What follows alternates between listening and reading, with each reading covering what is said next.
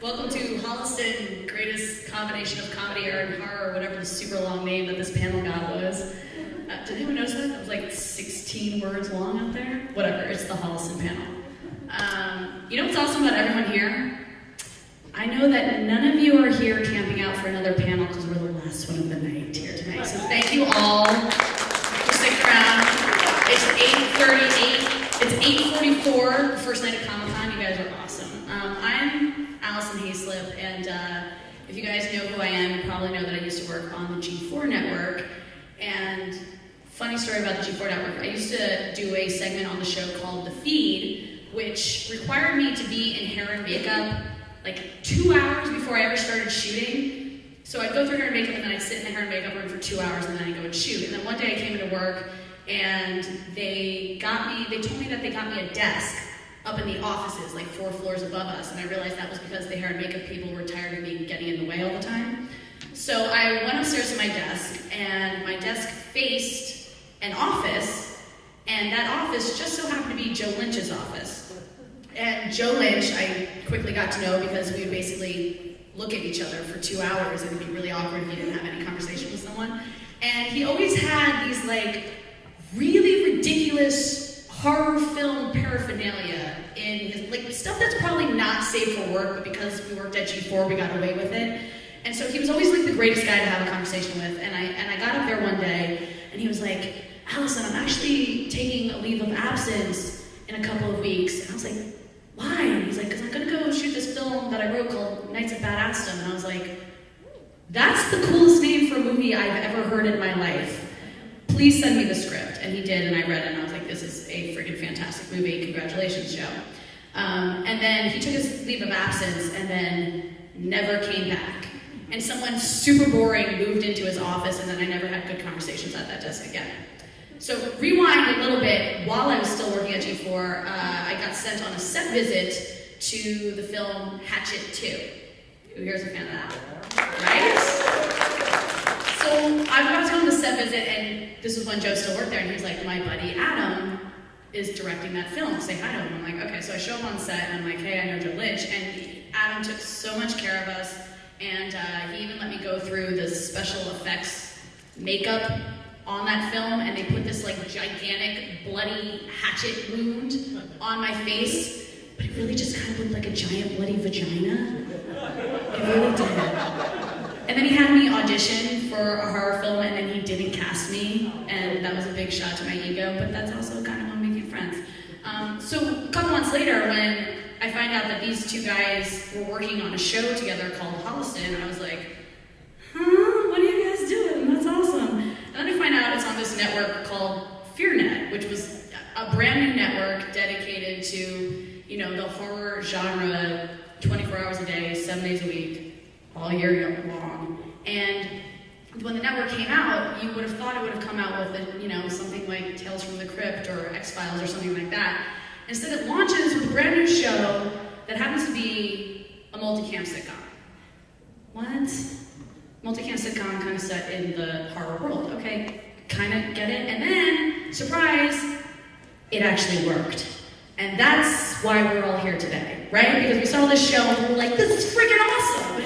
It's a sitcom that makes us laugh, but then also like Adam's cutting himself in it and people throwing up on each other and there's like monsters in it and we all love it, right? Yeah, it's finally a show that showed that people who loved horror and people who loved sitcoms could have a show that sort of mashed up and worked together. And I gotta say congrats to FEARnet for that, because that's a show. I mean, this show has 2 people in it who are known for being that genre of directors. It's got heavy metal stars and country stars in it, and it's got a freaking studio laugh track in it too. So that kind of mashup, most networks would look at it and go, "That'll never work."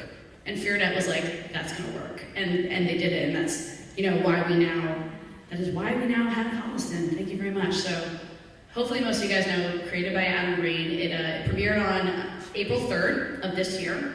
And if you didn't know this, it's actually kind of a look behind the curtain of Adam's life. It's sort of a true story. It's putting on display his early days of struggling to become a working filmmaker and mending a broken heart after losing his first love, which is something we've all been through, and if you haven't, screw you. Fine, we get it, you're happy, whatever. But it's hysterical, and it's got cartoonish violence, and it's got horror references galore, plus plenty of Hatchet references and posters and paraphernalia, because it all came for free because of that guy. But it's also about the struggle of chasing an impossible dream and the heartbreak and rejection and the hard times that come with it, which is something we can all relate to. So tonight at San Diego Comic-Con, I am super honored to be able to announce 5 of the 6 cast members who make up the amazing show of Holliston. First up, we have creator, writer, director, showrunner, star, overlord, PA, editor, I don't know, he does everything on the show, Adam Creed.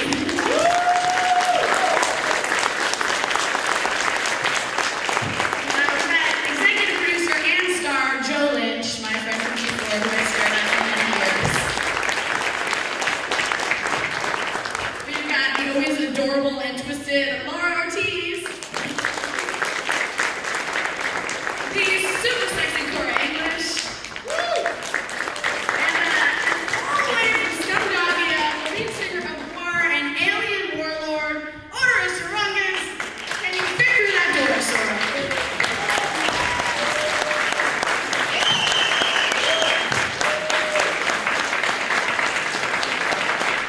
Yeah!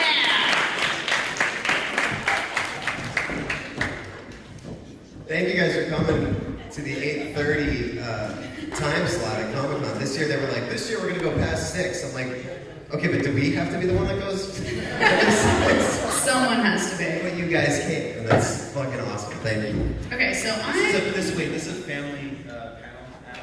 We dropped the F-bombs. Sorry.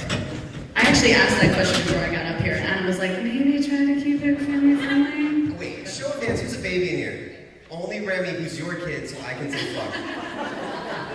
When I say drop F-bombs, I mean you can do it more. It's the 8:30 slot, right? We can be a little blue, right? Is this like the 21 and over? Yeah. Okay, I'm realizing I'm too tall for this mic, so I'm taking my heels off. So there we go, I just shrunk 5 inches, and this is going to be easier for me. Is everyone okay with that? Barefoot. All right. Okay, we're going to start from the beginning. Adam, you created this show, so what exactly is Holliston, and how did it come to be? The shorter answer of this. When I got out of college, I got a job making the worst low-budget cable commercials that you've ever seen. For those of you who've seen the show, the Crazy Max commercials that we do with Bill Moseley, that was my real life. I really made commercials that were that wonderful. And but I figured I could steal the equipment from Time Warner Cable and make my own stuff because I was. I don't think you should mention Time Warner Cable. You can just steal the equipment from a generic cable company. Insert cable in the Boston area. And I would steal their equipment to make my own stuff. So one of the things I ended up making was a feature film called Coffee and Donuts, which was essentially what you've now seen in Holliston. For those who've seen the pilot of Holliston, episode 1 is basically that movie condensed into 40 minutes. And people say write what you know, so I wrote all about the struggles of trying to become a horror movie filmmaker and trying to get over my breakup with my first love. And the movie ended up winning a film festival. The movie made it for like $400. So for any aspiring filmmakers out there, that right there, like, seriously, it can happen, and you don't need a lot of money and stuff. You just need heart. And then it ended up being developed as a TV series at a major network. But that major network merged with another major network after completely destroying my vision for this. As soon as I got to like the alien in the closet that only I could see, and heads exploding, they were just like, let's discuss. We have notes. And it didn't happen.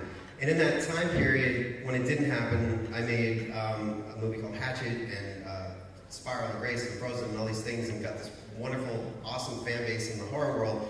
And eventually it all came back around again, where the producer of a movie I did called Frozen, named Peter Block, became the president of FEARnet. And he said, I gotta figure out what my first show is, and I'd like to do something that you are in. And I was like, is this something I write? He's like, no, something you're in. I'm like, so something I write? He's like, something you're in. And with Joe Lynch, because we had done these short films called The Road to Fright Fest, which I know a lot of people probably seen online now. And sex appeal.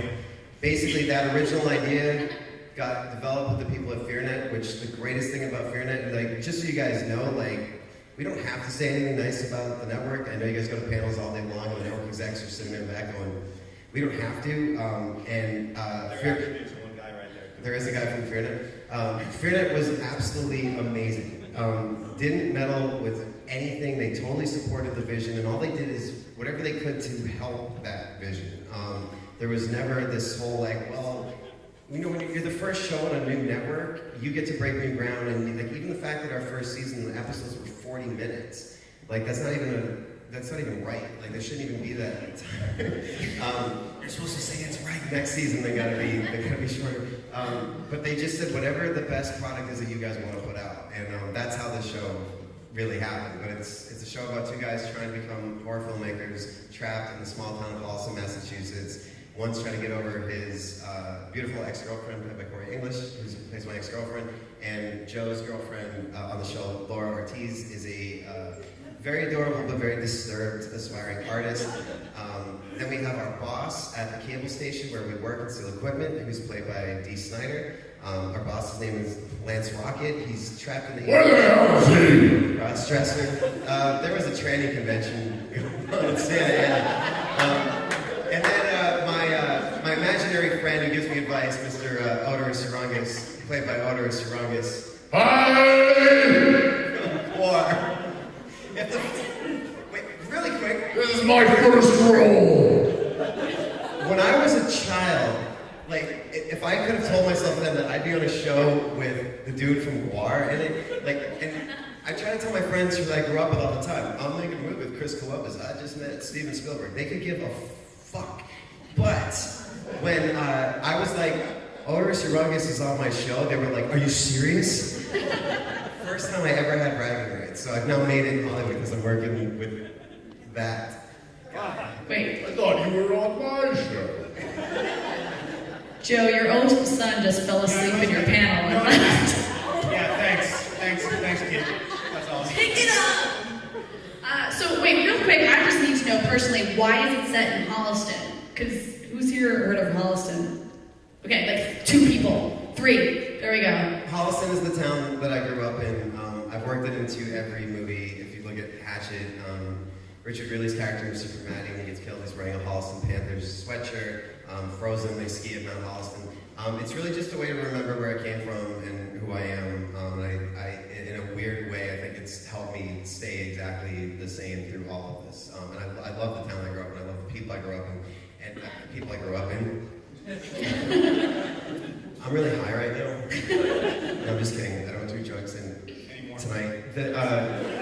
But we actually got to go to Holliston, the 4 of us, and I got to bring them there, and I was like really nervous because we went there to show the TV show, and you know, they have no affection for Holliston. They didn't go up there, and the way the town embraced these guys, and it was like Mayberry.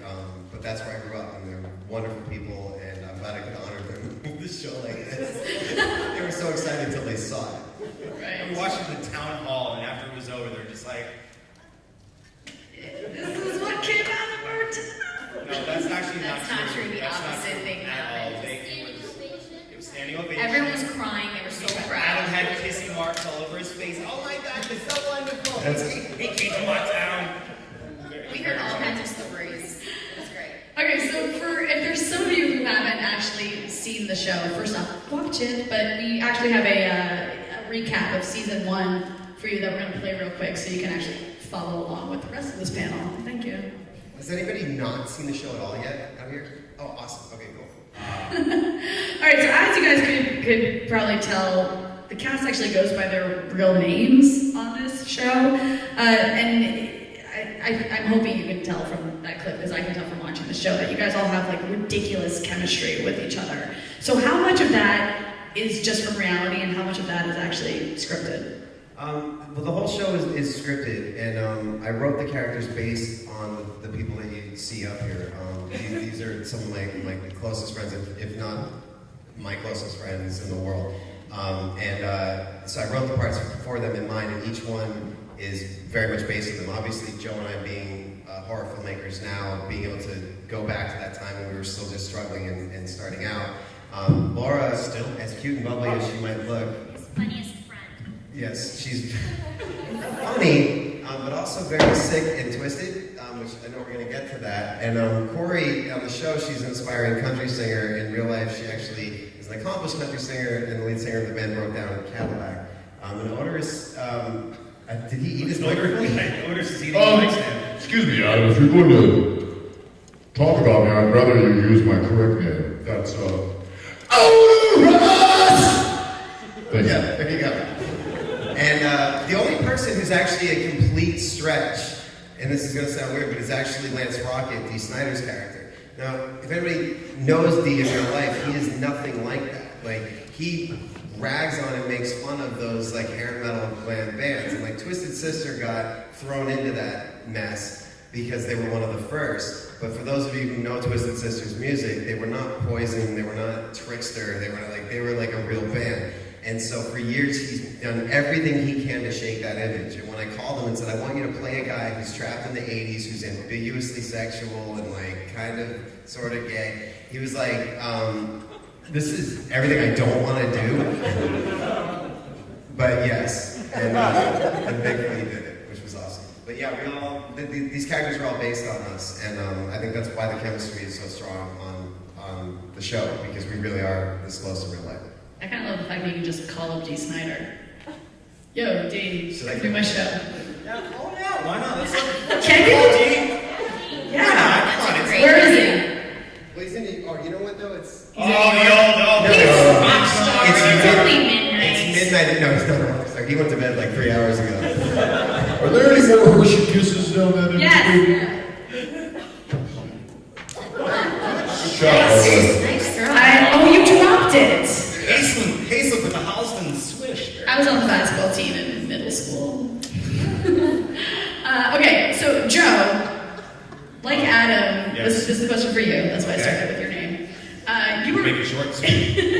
you were best known as a film director prior to this show. So when Adam approached you about coming on board this project, what was your reaction? I mean, did you ever picture yourself starring in a sitcom? In your dreams? The kid's gone. Are you fucking crazy? Jesus Christ! Like, I mean, Adam and I met through, Adam was making Hatchet, I made Wrong Turn 2, and we just kind of met through film festivals, became really good friends, and we did these shorts called. Where we really met was at Spooky Dan's backyard. Yes, actually, Spooky Dan is back there. That's where it all happened. Spooky Dan, why don't you stand up? Because you all would not be here. You don't know if it wasn't for Spooky Dan. So thank you, Spooky Dan. And if you don't think this show, blame that guy. Yes. It's the pirate-looking dude. Sort of graphic in the back. Slight segue, but I do know that Wrong Turn 2 is considered one of those few sequels that's actually better than the original. So congrats on that. Do I need to check out to Allison Hazel? Yes. Or Allison Hazel? Thank you. Well, thank you for the 3 people who've seen it. But Adam and I met and we did these shorts called The Road to Fright Fest. There was this great film festival in London, and we made these like little shorts where we would parody films like Twilight Zone movie. Do you guys remember the part in the beginning with Dan Aykroyd and Albert Brooks? Want something really scary? I do a mean at Dan Aykroyd. Do it now. See? Well, first he does the, but it's more the. Well, I'm not going to do the rest because I don't have the fucking makeup on and it doesn't do the cat noise. Yeah, that's the makeup. It's awesome. Shut up. But there was, like while we were doing it, you could just tell there was chemistry, and it wasn't physical, Yet. Sounds just Well, like it was it. scary when we both said "yet" at the same time. As your wife's looking very nervous right now. But that was one of the things that Peter Block had seen when he was talking about coming up with a concept, and we had originally tried to get it set up somewhere else, but he really liked that, and when he said it was like a possibility of doing a show together, it was great. This was before Adam had mentioned the idea of doing a 3-camera sitcom. Originally, and right now, 3-camera sitcoms are not the fad. I guess it's all like single-camera sitcoms like The Office. What is Oderus doing over there? Falling asleep, I think. All right. Titties, blood, anal. I'm just being me, Oderus. Just do your thing down there. Long story short, there it is. But I'm just gonna. Why don't we all just pass all of our mics down and just let them take the rest of it? Wait, it's not his turn. Okay, sorry. There's a structure. There is a format actually. Ask Ask Laura a question. She's really cute. Oh, are we done with Joe's question? I have one more Joe Adam question before I get to Laura. Can I do that? Yes. All right, sorry, Laura, you're next.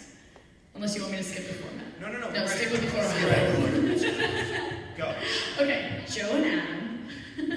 Okay, so season 1, we see you guys struggling to get your movie shin pads made, which, by the way, I kind of have to agree with the guy in the trailer. That is a shitty name for a movie, you know? You haven't seen it yet. That is true. That is true. When they score, you die. Yeah. So you also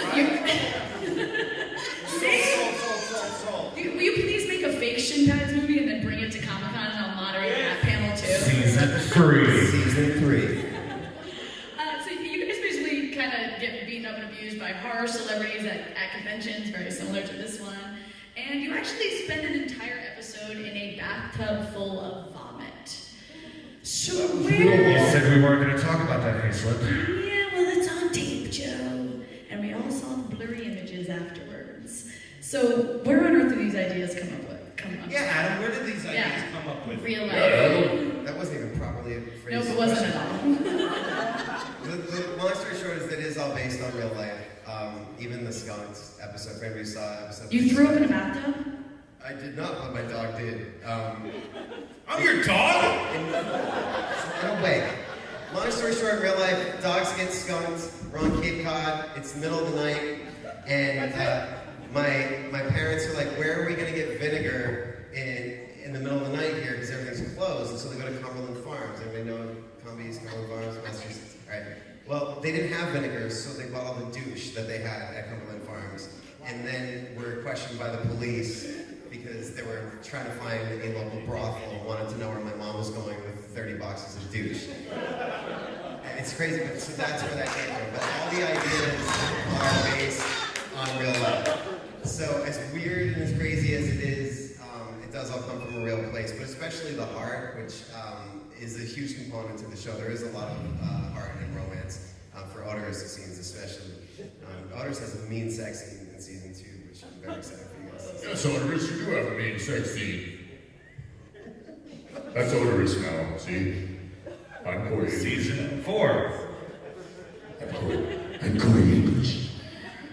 Go to Laura. All day. Stop talking, go to Laura. Okay, Laura, it's your turn. Okay, so if you guys have seen season 1, Laura's character, Laura, has quickly become a fan favorite. And Adam, you've even gone on record saying that she's your favorite character to write, and you paint aborted feces? No. Sorry, it's All pieces of Every day. yeah, clown fetuses, whatever, aborted clown fetuses, and dead puppies, and I would like to say that I'm pro shit. there you go. Anyway, Laura's basically the sick and twisted one on the show. You can imagine that after these two guys. So what was your reaction when you first read this character, and how much of it is really based on you? It's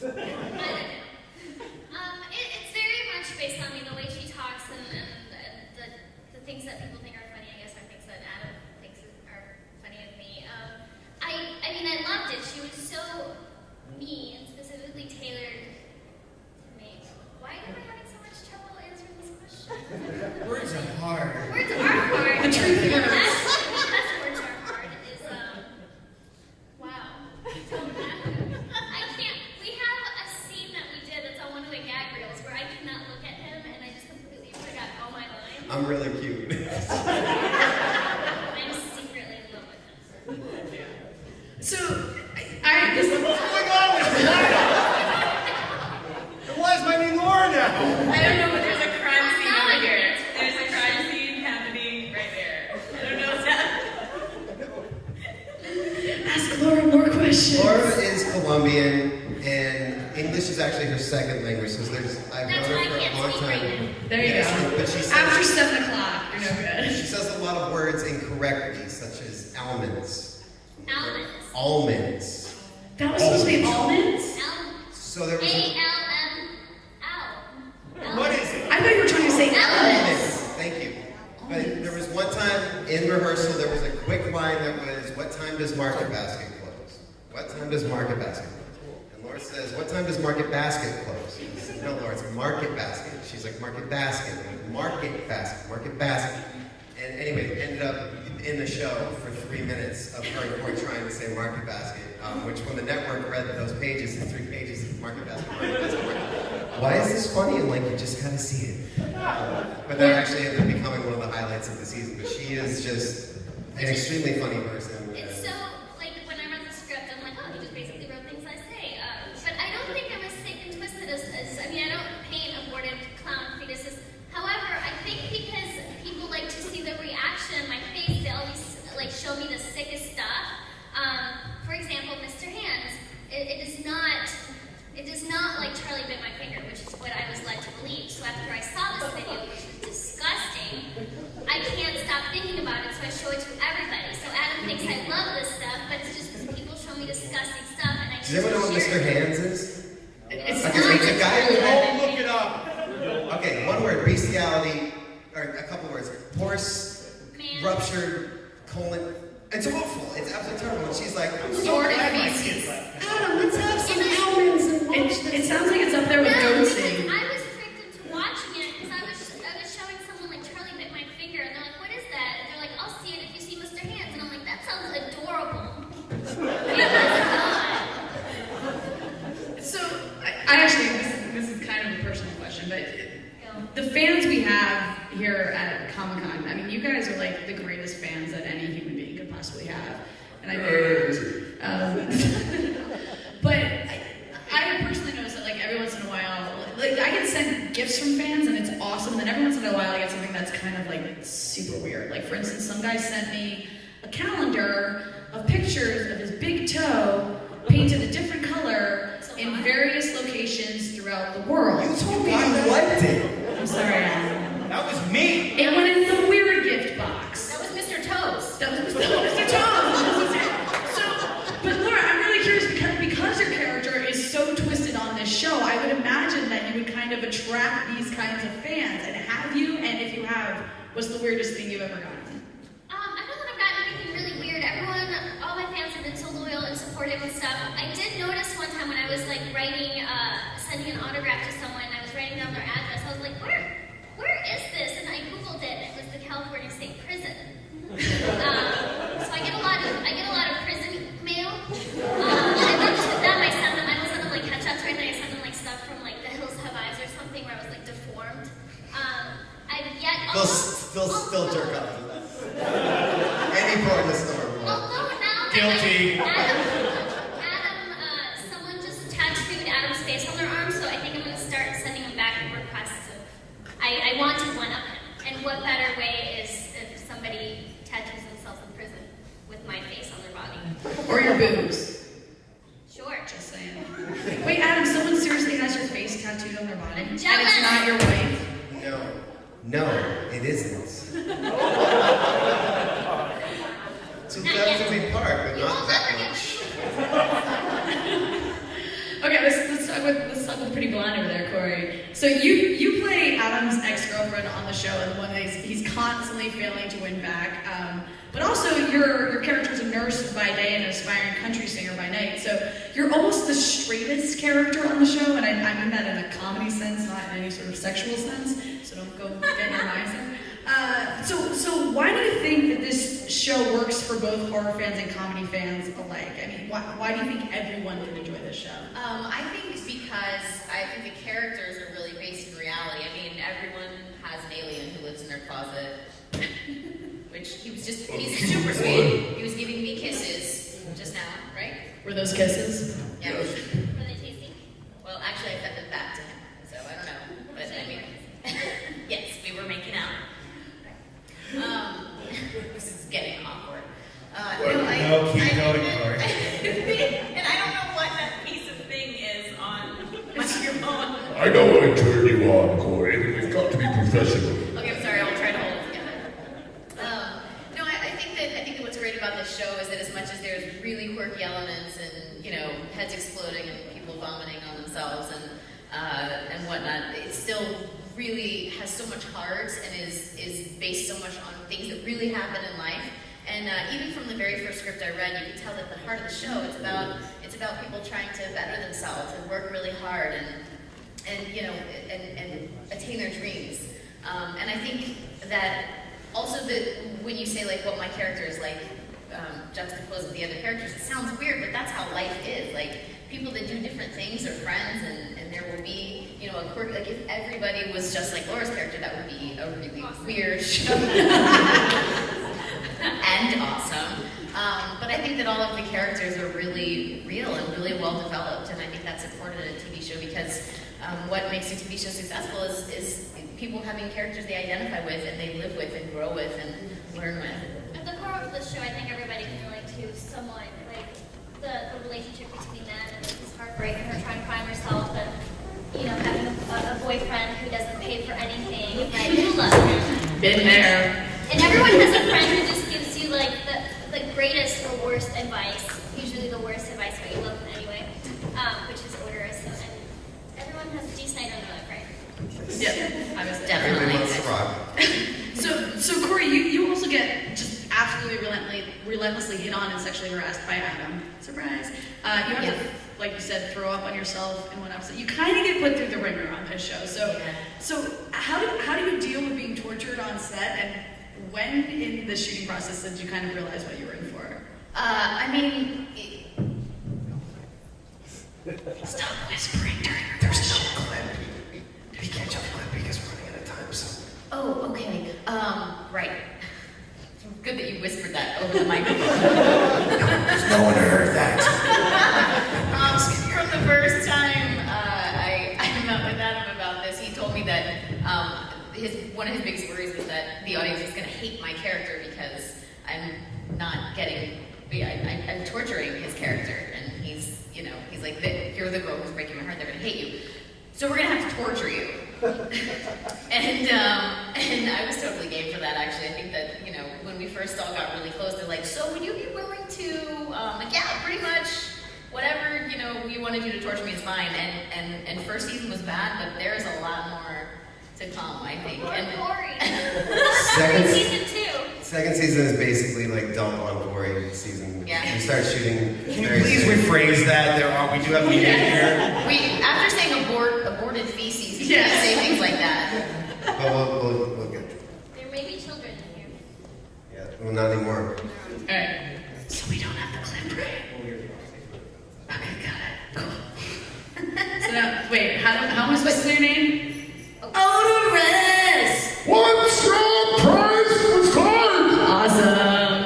Okay, so what I really want to ask you is how to enslave a planet or how to best kill someone, but I have a feeling that the people at FEARnet will not be happy with me for that, so I'm going to ask you about the show, if you can handle that. Yeah. Okay, great. So if you guys haven't already figured out, you play Adam's imaginary friend who lives in his closet, only you're kind of like the shittiest imaginary friend possible because you give really awful advice.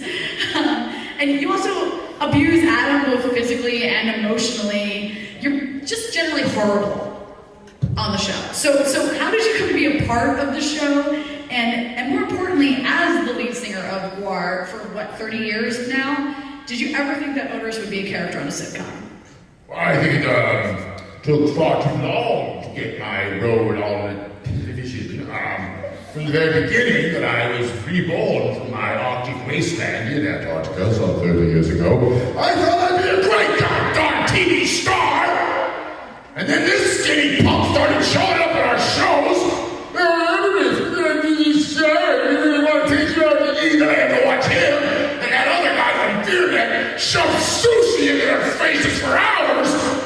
But he kept coming back, and then they had stuff written down, and then they had a script, and then I read it, and then they said they'd give me money, and then they said there was 2 hot chicks on the show, and then they said that D. Snyder was on the show, and I said, that sounds like a show for me. So, I don't really know what you said, but I think I answered it. Yeah, that's pretty good. Best answer. I don't really see that I give him bad advice. I think I give him pretty good advice, really. And if it wasn't for my advice, those plots would just go nowhere. Okay, so War's fan base is, it's super hardcore. Retards, mostly. Criminals. That's true. But super hardcore. It's Disease. funny because it's true. Yeah. I don't know why he wants me involved with this whole thing. But It's a bad idea. your fan base's general reaction to the show has been extremely positive, which... I can't account for that. Yeah, well, that's what I was going to ask. I mean, it's a show with really a love story at heart. So I told did you them- always think they'd embrace this? I told them that unless they liked the show, I would rip out their larynx, their collective larynx, and I would do it with my teeth. Har, har, har, har. And I would go to their houses and I would find them, every single one of them, and I do that. I make sure I physically bait people into watching this show. You didn't know I was doing that, did you? I do. Thank you. You are not Oderus, girl. I am Oderus. You're trying to steal my identity. Harpy! Succubus! You fuck with him way too much! Please have sex with him in the second season.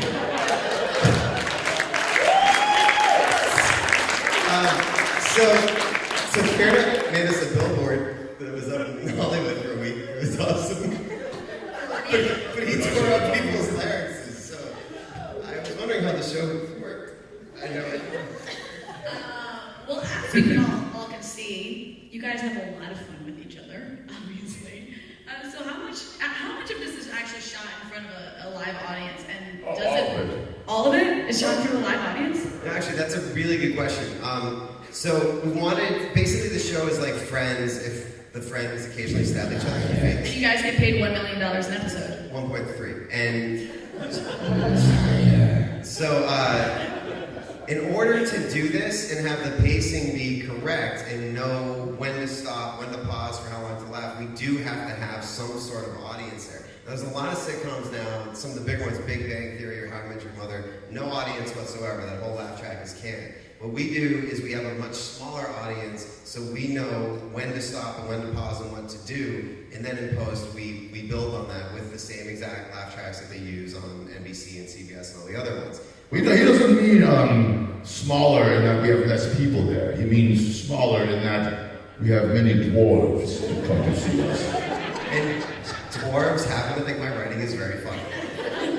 And sometimes... Then they went to go work on The Hobbit.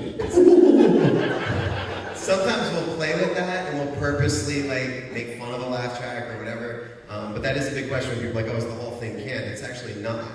Especially the apartment scenes when we do have people there and then we just build on that. So we have so many clips we want to show, but I know we're starting a short on time. People are going to have questions. So before we actually even ask any more questions, can I just say show of hands of people that want to ask something just so we know how to time this out so you do get a chance? Okay, good, awesome. Because we're running short. Yeah, let's get these questions. Let's get out of here. One of the there's two more things I definitely want to show. Now, one of the things we were going to show you tonight was Corri English's audition, which has been cut down into a 9-minute version. And in her audition, all I did was fuck with her for the whole thing and sexually harass her to see how far I could go. So that is going to be on the DVD, and you're going to love it.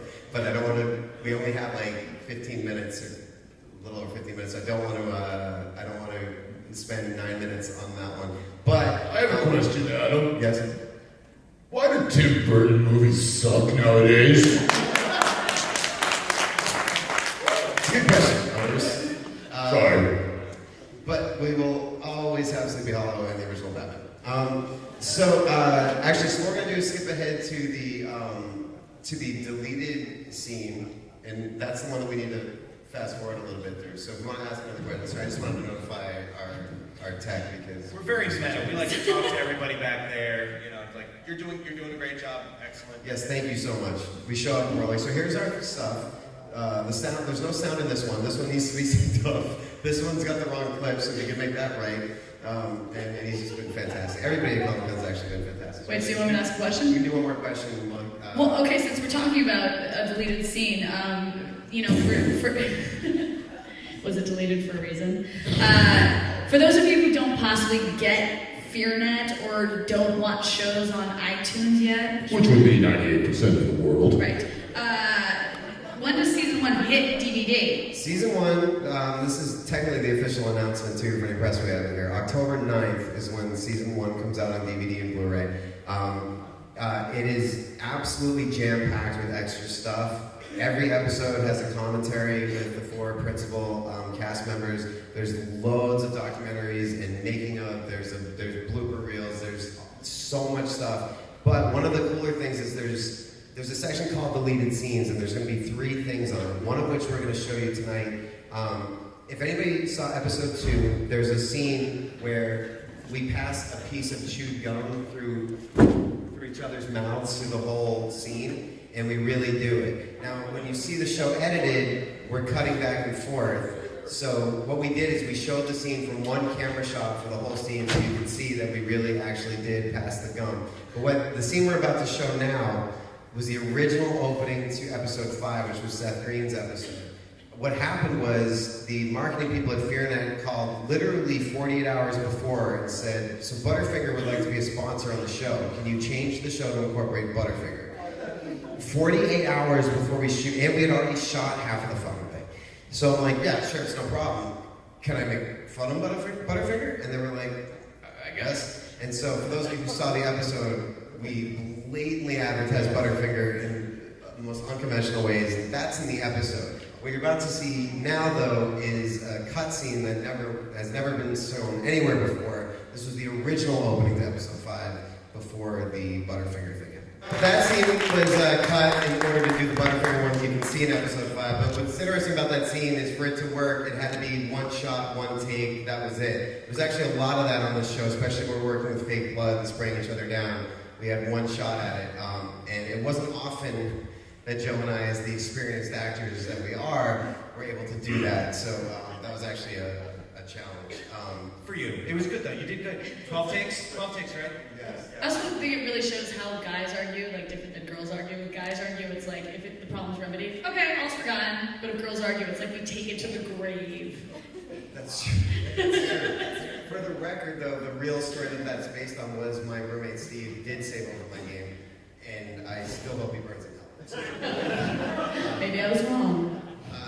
Do you want to take questions? Yeah, we do have a blooper reel that we want to finish with. That's pretty short, but let's take you questions. guys are more important than a fucking blooper reel, so. We'll end with the blooper reel. Yes, we'll end with the blooper. But it's so cool that you guys came out, especially so late. Thanks. Comic-Con doesn't normally go this late. So who has a question? You guys down here. Do you want to go talk on the mic? I guess. Well, with nachos. I can just repeat it. Okay, you just ask your question. Well, you're talking about how it's all based on your life and everything. So do you think in later seasons you could actually see it going into being successful in the show also? That's a really good question. So the question was, since the show's based on my life, the early parts of my life, in later seasons, can I see it going into the part where my life actually started to become successful? Honestly speaking, thinking like just sort of 2 seasons ahead where we're at, like Joe and I especially have this through like season 4 right now, but like the thing with TV is it can all be over in a second. I mean, how many times have you like Firefly, or just a show that you loved and then all of a sudden like boom, it's gone. And I mean, the one thing I can promise you is that it's never going to be FEARnet. That's the ones that say we just don't want to do the show anymore. Like they're part of this show. Like they make it with us, but you never know with the parent company or a merger or whatever's going to happen. So we try not to get too attached. But that being said, I do have it all the way through season 5 in my head and all the stuff that's going to happen. And there is so much comedy in once you do start to have some sort of success. I mean, when my first movie suddenly started to hit, and I was like, I can't believe this is happening. What is this called? IMDb? What? Oh, there's message boards. People want me to get cancer. There's so much comedy in that, especially in the horror world, because there's all these, the horror websites that a lot of you guys probably know. There's more comedy in that bullshit than in anything else out there. And so yeah, I would love to take it to that level and show, and just how relationships change, how friendships change. So yeah, eventually that is in the cards. I just don't know. Hopefully we get there. I mean, if we could make this show for the next 20 years, we'd be so happy to do it. And I know a big thing for fans of our movies or their bands or whatever is this going to get in the way of that? Does that mean no more movies while we wait for you guys to do your sitcom? No. Like, we actually shoot this quickly. It doesn't take up the rest of our time. I mean, Hatchet 3's in production right now. Granted, I didn't direct it, but but it's still happening. I have another project we have called Taking Up the Marrow. My friend Alex Marty, who's here tonight. Joe's got Everly coming up. Like we all, Corri's got a tour, Oderus has a tour, Diaz has a tour. It doesn't get in the way of that stuff. So, but if we could do the show for the next 20 years, especially the next 20 years with FEARnet, there'd be nothing that would make us happier. Yeah. My question's for Oderus. Hey. I think tomorrow the Aquabats are going to be here, and I was wondering if you plan to do any battle like you did on the Scott radio show. Oh, yeah. They edited that together so they won. So yeah, I would go kick their little human asses all over the place. Where are they? Let me out. Nobody knows what you're talking about, dude. I just want something about the show, about my acting career, about my incestuous gay relationship with Charles Bronson. No, you don't want to know about that. And his hairy nipples. You don't want to know how they exploded and how mine crawled out. You don't want to know. You can't handle it. That's why you don't want to know. I think we should take another question. Do you know how fun it is to write for that guy? So back there. You can use the mic. You're right by the mic. That might be easier. Yeah, maybe? Sorry, I'm making you stand. Thank you. Well, I've noticed the structure of the first season kind of seems like a BBC show, and it's 6 episodes. It's like 3 hours, self-contained story. What is the story for the second season, and how is it a departure from the first? I'm glad you asked that because it's supposed to be one of my Good questions. question. Thank you for that question. The first season, the episodes were a lot longer because we were the first show on a new network, so we didn't have to fit with anything else, which was, again, the beauty of FEARnet. When you develop a show for, let's say, like NBC, they tell you right off the bat, you're going in this slot with this show, so your show has to go with this show. And right there, the whole creative process gets changed. With FEARnet, it was do what you want. It's a blank canvas, which was amazing. So this season, in terms of what the storyline is, a lot of the episodes, because it's a sitcom, like if you look at something like Seinfeld or whatever, like the episodes can stand alone. However, there is a much bigger story arc, and this season goes a lot deeper with the characters. First season was setting everything into motion, knowing where everybody is and what the relationships are. But second season, some very bad things happen to people, which is. I don't want to say it's actually. I don't want to say it's a lot of fun because honestly speaking, like the second season is very, very funny. We make fun of stuff like The Ring. We have an animated episode that 6 Point Harness is going to be doing the animation for us. We actually have a full-on cartoon episode. We make fun of found footage in this season. There's a found footage episode. But there's also some really sad things that happen. And when we did the first table read, both girls actually left crying, which you wouldn't normally expect in a sitcom. And at first I was like, I didn't know what to think of that. But then when we were done, I was like, I think that's good. I think if a show like this can actually end up affecting you, I think that we've sort of succeeded. But obviously, Adam and Joe are still trying to get shin pads made. They do give up on the idea of a mock trailer. Season 1, they wanted to make a mock trailer for their undead soccer team movie, Shin Pads, because they heard that that's what the guys did who made Hatchet and got that movie made. That didn't work for them first season, so this time they've elevated it to a short film for Shin Pads. We'll get to the feature eventually, season 5. Yes, we'll get to that. But now, I think one of the greatest things about the show is that people realize that the girls are main characters. Even Oderus does have an episode that's like an Oderus episode. I get out of the closet a lot more.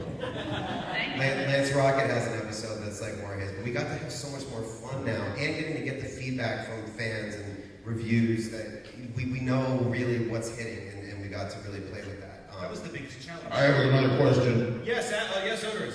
Adam, a lot of people have approached me, and they've said that there's a certain metaphor in your society for coming out of the closet, and it had something to do with me. Do you know anything about that? What is coming out of the closet? What is that all about? And how does it relate to me? My love for male genitalia. Let's sidebar that one. I'll tell you about that when we get back to my room. There was another hand. Sorry. Was there another question, or do we want to watch the blooper reel? Oh, wait. One more? Where?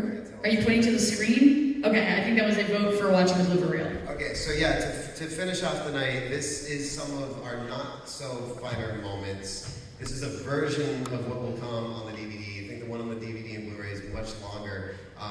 Also to note, I believe most of Oderus' outtakes were cut from this because before we knew what our time slot was, we had to keep it family friendly.